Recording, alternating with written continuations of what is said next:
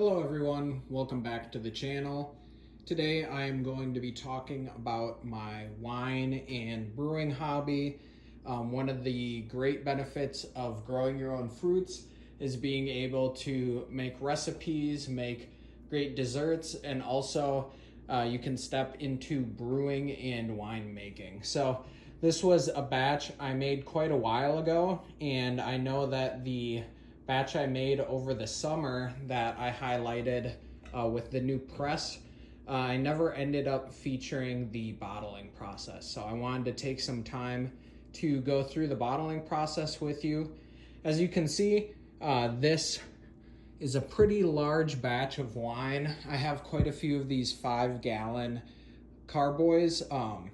This one does have quite a bit of sediment in the bottom, so it is going to be hard to get a clean pull out of here, but we're going to do our best to be careful.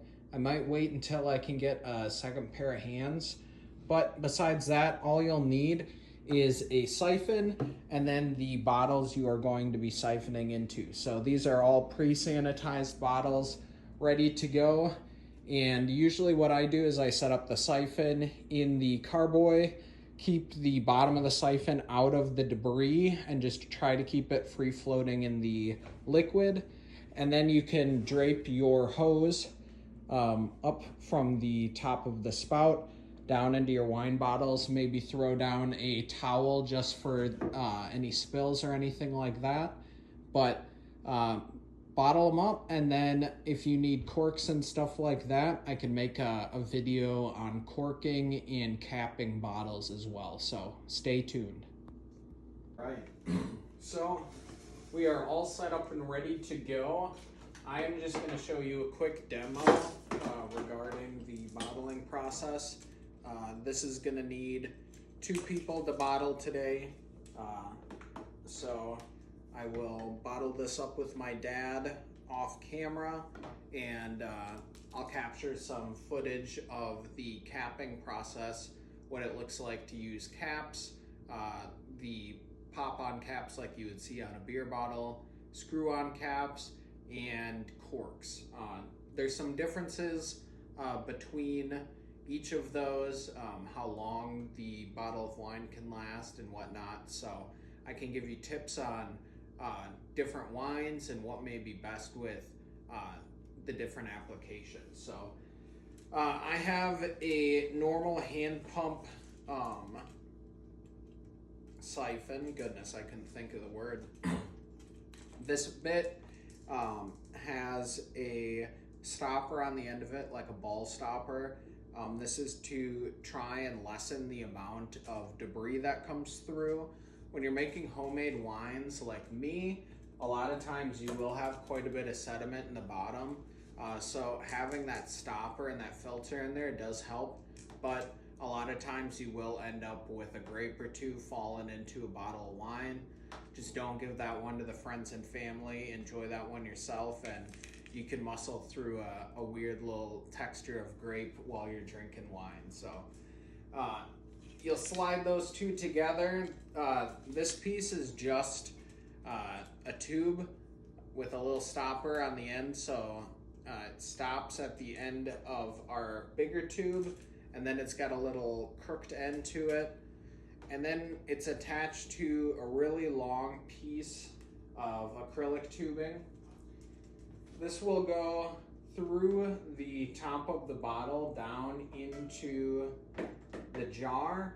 You want to try to keep it above the sediment level just so it isn't trying to pull the sediment out immediately.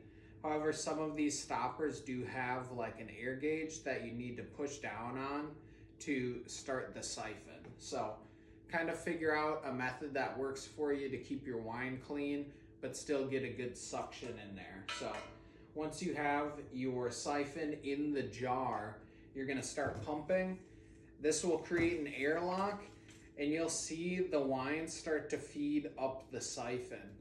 Once you get the wine all the way down the tube, you'll want your wine bottle placed below the jug. That's so you can keep the siphon going. It'll be a gravity siphon at that point.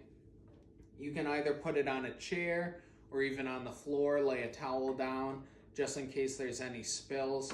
I don't have any kind of stoppers on this, so usually I'll just kink it just to stop any flow of wines or anything like that. But you could add a stopper to this. Anyway, you'll probably spill a little bit here and there, so have a towel down to make sure your area stays clean. Usually I recommend filling up to where you see the bubbles starting to climb up the neck. Once those bubbles start climbing up the neck, as you pull your siphon out, if you have it way down in the bottom, it'll allow you to get more room into that bottle. If you have your siphon right up in the top, it's going to create a larger gas area, which will make it harder to fill it all the way up to the tippy top of the bottle, but it will kind of make less movement in and out of the bottle. So usually I fill up from the top, trying to kind of cascade it down the bottle, keep the bubbles minimal. Once I have them filled up, I'll set one aside, set the next one down, boom, boom, boom. Get the whole jug emptied out. Once we're at that point, I'll show you the different capping techniques, whether it be a screw-on cap, beer bottle cap, or a cork, and how to use those on these different bottles. So I'll catch you then. All right, so once you have the wine in your bottles, it's time to put a top on them. I have a beer bottle here, and then the screw bottle, and then the cork top wine bottle. So we will start with the beer bottle. What you're gonna do is take the cap, you're gonna put it on top of the beer bottle. Take your presser, should have a magnetic or a little magnet in there to kind of hook on.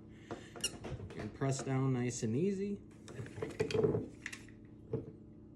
There you go.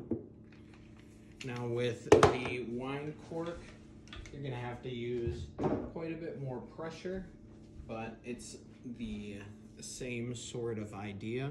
I usually take my cork and load it into the corker, and I press it down to where the stainless steel is pushing the cork down a little bit. Center it on the wine bottle. Easy as that. So that's how you bottle up the wine.